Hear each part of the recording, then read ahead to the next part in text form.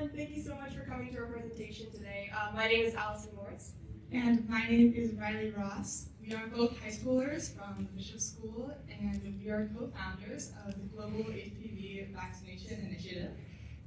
When we first started this work, I don't think we expected to be speaking at a conference like this. We were just two teenagers who thought, if there's a vaccine out there that quite literally prevents cancer, why wouldn't everyone want to take it? What we learned along the way is that public health is never that simple. This afternoon, we want to walk you through our journey, where we started, what challenges we faced, and how we eventually discovered that peer-to-peer connection and education was the missing link. Our story is about HPV vaccination, but we believe that the lessons apply to many areas of community service and engagement. We often begin our educational seminars with this question. If you had a vaccine that would prevent cancer, would you take it? I mean, I know it sounds rhetorical, but of course you would. Who wouldn't? But in reality, millions of children and adolescents worldwide remain unvaccinated against HPV. Even here in the US, coverage rates are much lower than for any other vaccine.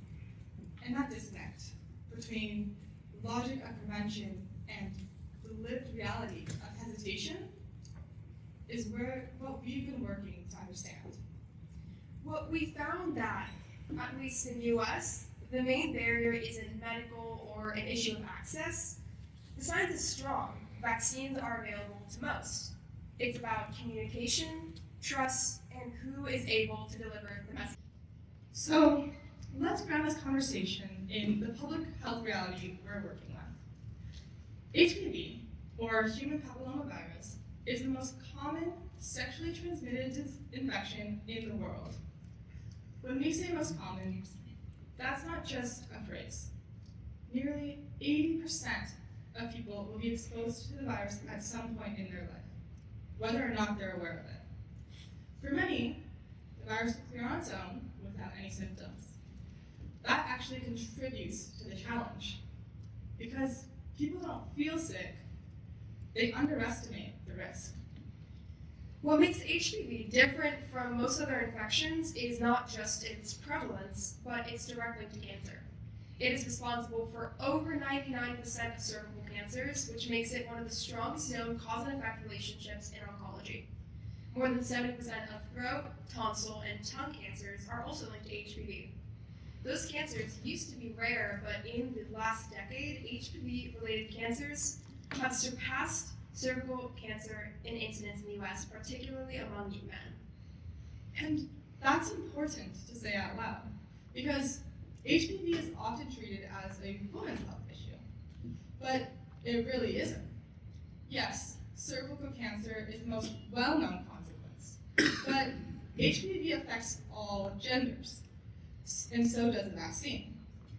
In fact, oral HPV infections linked to throat cancer are rising fastest among young men, many of whom were never told that HPV had anything to do with them. Then there's the concept of preventative oncology, the idea that the most effective cancer treatment is to stop the cancer before it even develops. In that sense, the HPV vaccine is not just a vaccine, it's a cancer prevention tool. Unlike screenings or early detection programs, which still rely on catching the disease after it starts, this is one of the rare times in medicine where we can prevent a cancer with a single, time-limited intervention. From a population health perspective, it's a remarkable opportunity. 2 doses given at ages 9 to 12 can protect someone for life. Public health professionals spend decades trying to move communities from treatment to prevention. And here, that pathway already exists. There's no lifelong medication, no complicated management plan, just a short vaccination schedule with long-term protection. But that is exactly where we run into friction. Prevention sounds simple in theory, but when it intersects with topics that people feel especially uncomfortable discussing, like sexual health in adolescence, logic gets honestly overshadowed. We've heard parents say, "My child isn't sexually active," or "We're not ready to talk about that with them yet." And those reactions are completely human. They are based on instinct rather than malice. The irony is that the vaccine works best before someone is ever exposed, which is why it's recommended at an age that feels like conversation is premature.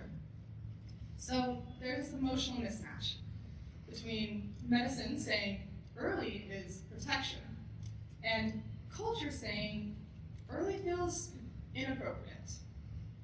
That gap between medical timing and emotional readiness is where we lose families. So instead of universal uptake, we see hesitation.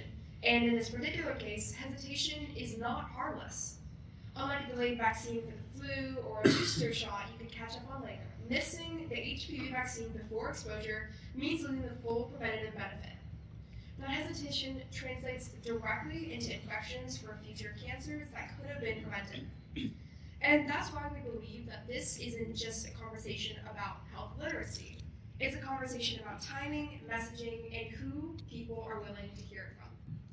When we launched the Global HPV Vaccination Initiative in San Diego, we thought we knew what success would look like. Step 1, provide the science. Step 2, watch the vaccination rates go up. We organized seminars at local schools and community centers. We invited pediatricians to speak. We designed flyers with key facts and handed them out at events. We thought, this is straightforward. Parents want their kids safe, and we're giving them the tools to do it. And I mean, we did have some successes. We offered assistance to organizations that have the ability to provide additional materials and access to resources to our target audience. We reached out to puberty education organizations in San Diego. As a result, we entered into an exciting collaboration with Dr. Christopher Miller, the director of the Boys Institute for Growth. Now, we first got to introduce Dr. Christopher Miller when we were working on really creating our whole organization, and his initial acceptance of us and acceptance of our conversation in puberty and in this conversation of health education was really what drove us to continue our mission and really being able to educate more people through a wider scale. Yeah, Dr. Miller, he, as Riley said, he agrees, he did puberty education for young boys, and so he agreed to add our informational brochures for each family attending his lectures and to include our website on his at boysinstitute.com. We also developed a similar relationship with an organization called Girl Gatherings Puberty Talks. We made our resource-filled website available to their past, their current, and their future customers. When it came to actual parent seminars, what actually happened was far more complicated. Some parents, of course, were incredibly supportive. After one event, a father came up to us and thanked us. He said his daughter had heard about the HPV vaccine but never understood why it mattered until that day. He felt reassured and said he'd schedule her appointment. That was very encouraging. But in that same session, another parent took her child's hand and walked out in the middle of the session.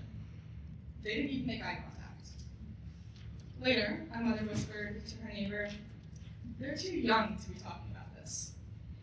Moments like that were humbling. They reminded us that even the best medical information cannot erase years of fear or cultural stigma in a single conversation. Our first lesson, facts are essential, but they aren't always persuasive on their own. To give you a sense of what we were up against, here are some of the most common myths we have heard about the HPV vaccination. The first, the vaccine causes infertility. There is no evidence for this. In fact, multiple large studies have disproved it. Another, the vaccine encourages kids to be sexually active. Again, the data shows no connection. Kids who receive the vaccine do not become more likely to engage in risky behavior. And finally, HPV is rare. My child won't get it. The truth is, HPV is nearly universal, and almost everyone will be exposed at some point in their lives.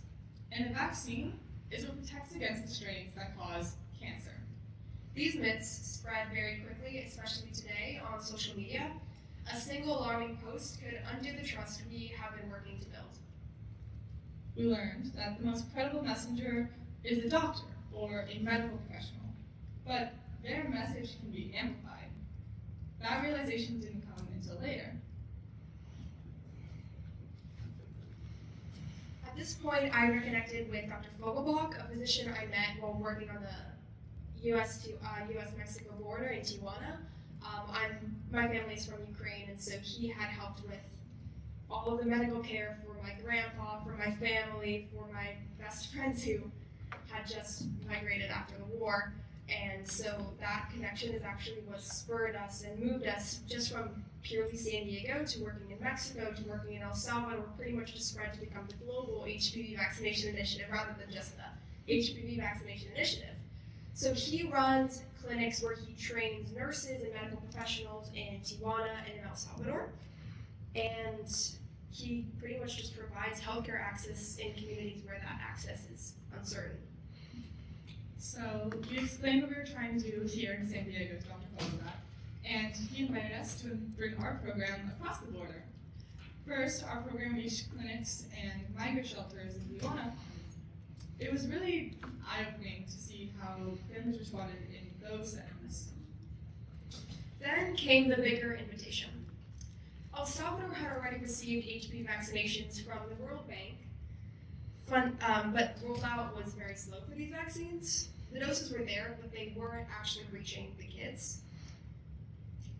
So after our program reached over 1,000 kids with great results, the Ministry of Health asked if we could help with a wider education program across El Salvador.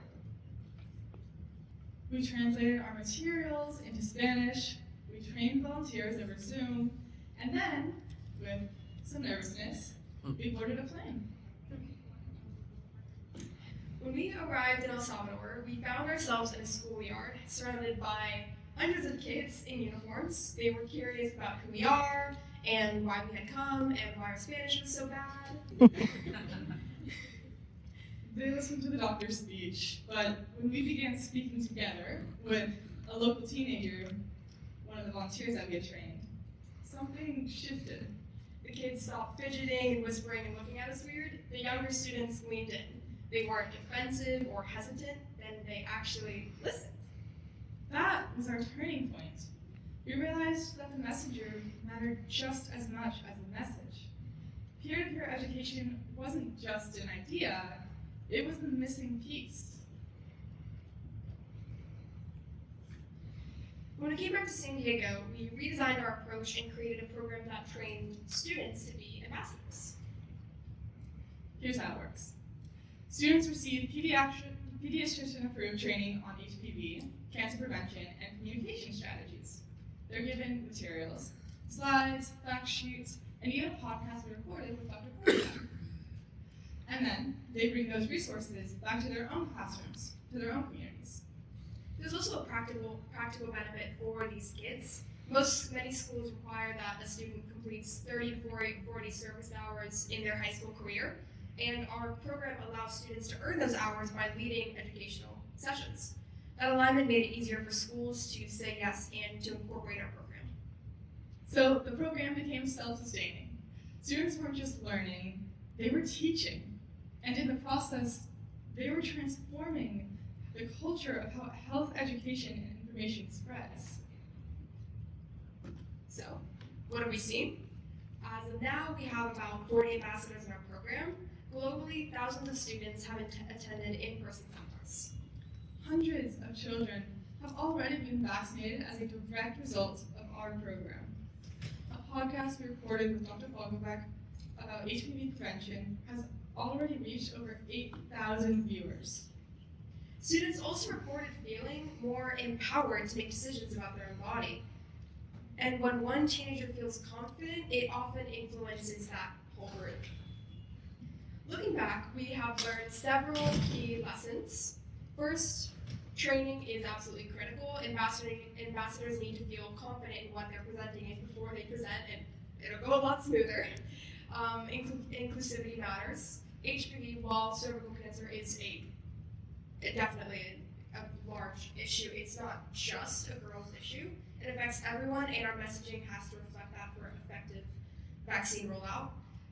Partnerships are essential, whether with pediatricians in San Diego or ministries abroad. Local collaboration builds trust.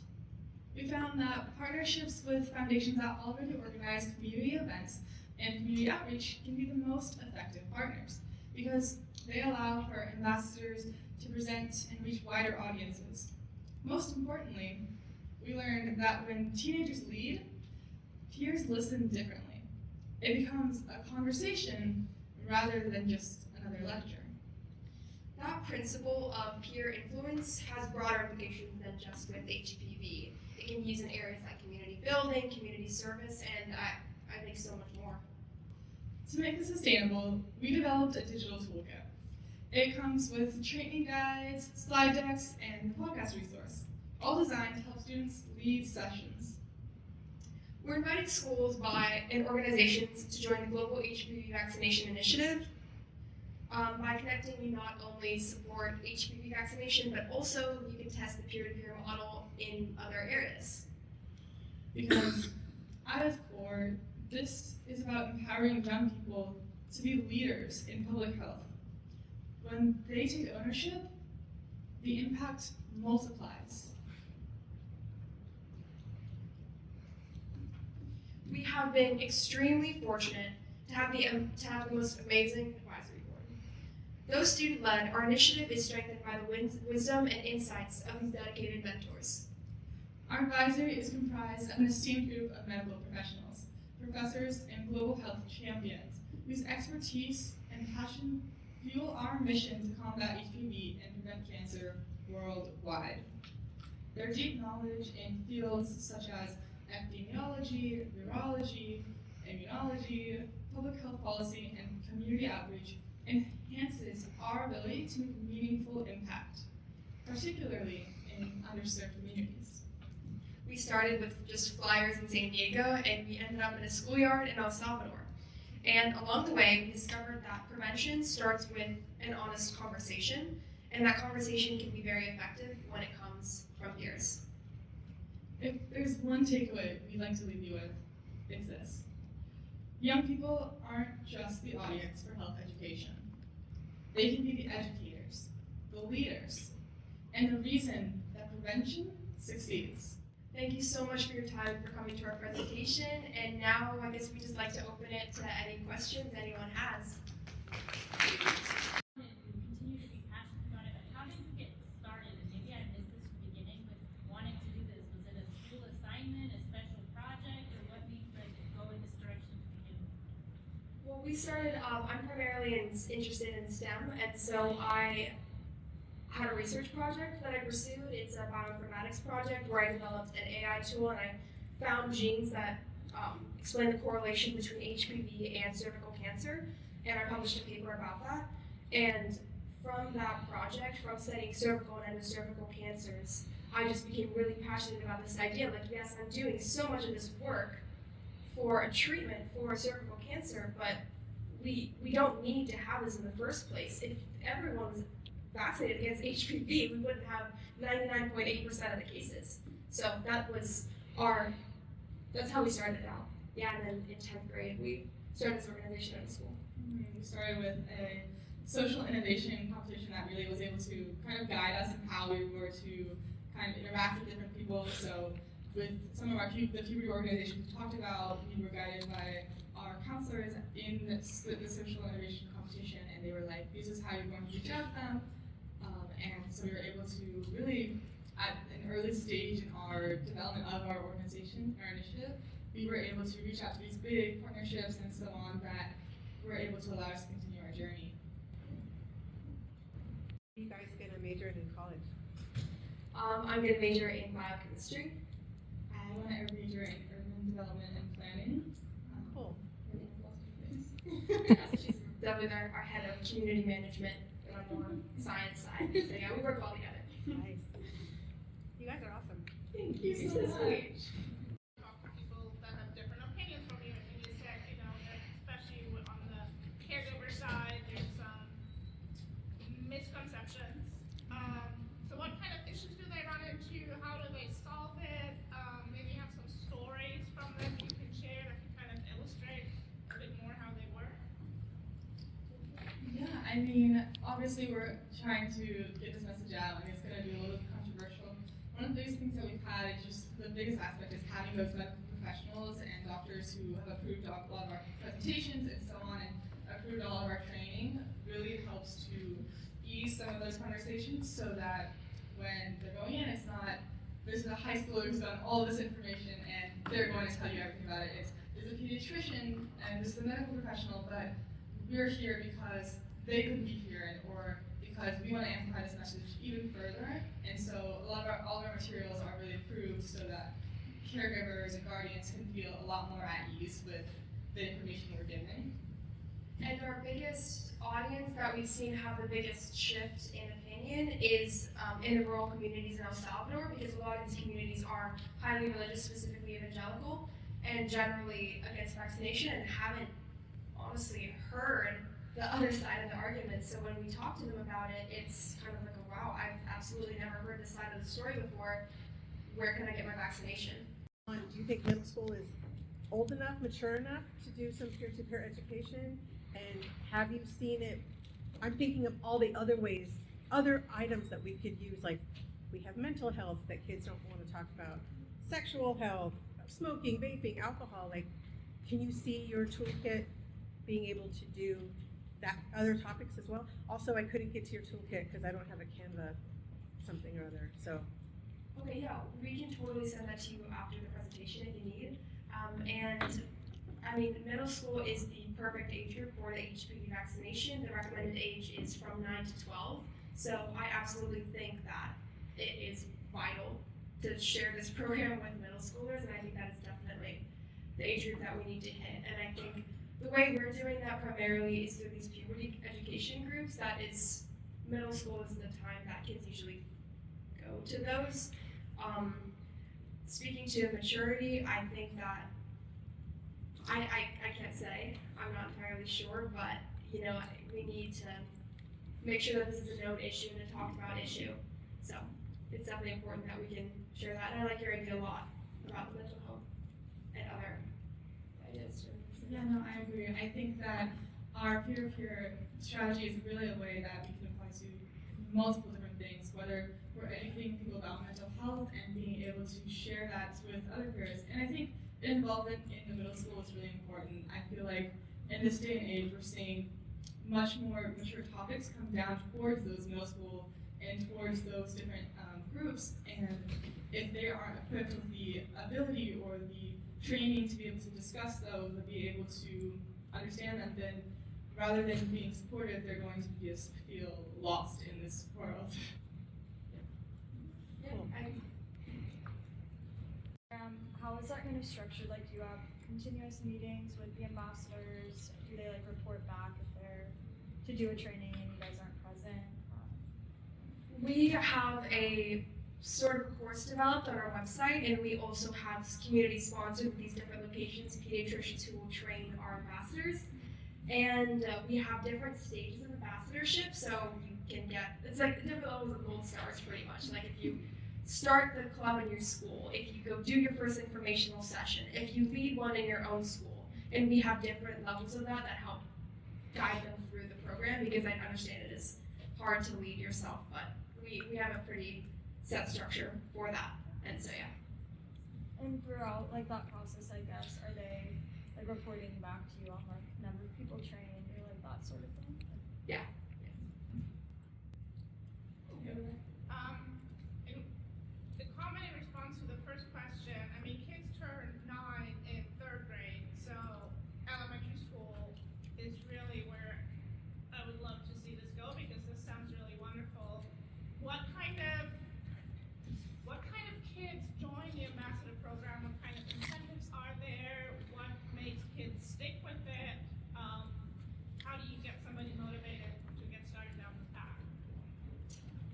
Well, the primary incentive incentive, as we talked about, it's a lot of schools have required service hours, and so we kind of present this as a good way to complete that requirement. And we also provide incentives from like nice sounding titles for college applications. Our main ambassadors are 9th through 12th. I think our youngest is 9th right now. But I do understand your concern about how 9-year-olds are from anywhere from like 3rd to 4th grade. And yeah, the main way we reach that is a lot of our ambassadors have like siblings who are in younger grades, and they can sometimes organize that. And the puberty organizations is how we do that. Yeah, and I mean, in 3rd grade, while I don't think that the conversation is necessarily immature at all, I think that there's a lot of other things 3rd graders are doing in 3rd grade, like playing recess and so on. So I think that this is definitely something that can be drawn into, but we have a strong audience towards middle school and high